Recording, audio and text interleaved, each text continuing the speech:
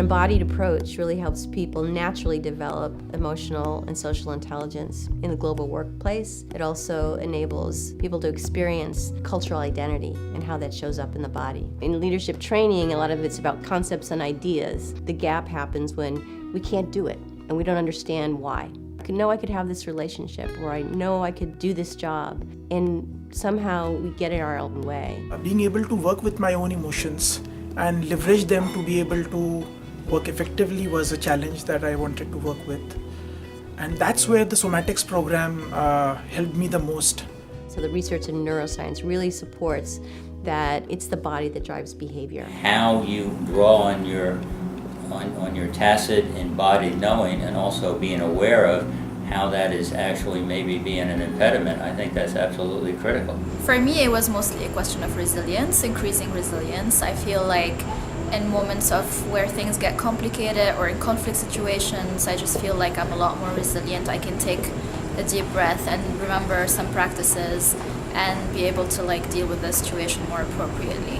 Embodiment helps individuals and leaders especially become aware of body patterns and habits and tendencies that show up in ways that interfere with sustainable change, and how to bridge that gap between where they are now and where they see themselves or where they want to go, and how to actually take the actions to get there.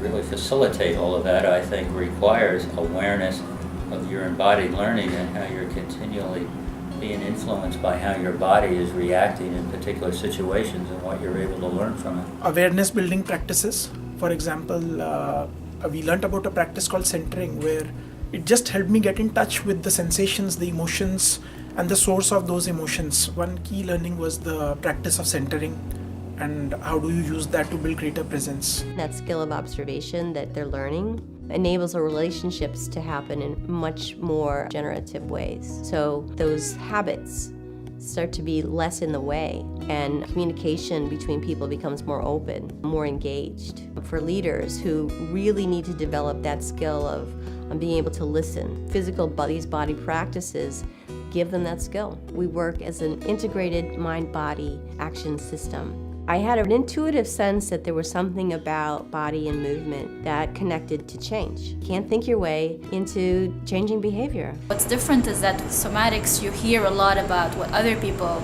see in you as well, which is a very, very eye-opening experience. By understanding and really being able to observe the impact of culture that's reflected in the body, it enhances communication, decision-making, every aspect of how to work with people across cultures. And if I look at all of this together, I think I am definitely in a better place with regards to managing my own emotions, either when I am trying to achieve something which looks formidable, or when I'm in situations with people where I would earlier just back off or hesitate. So that's been my experience.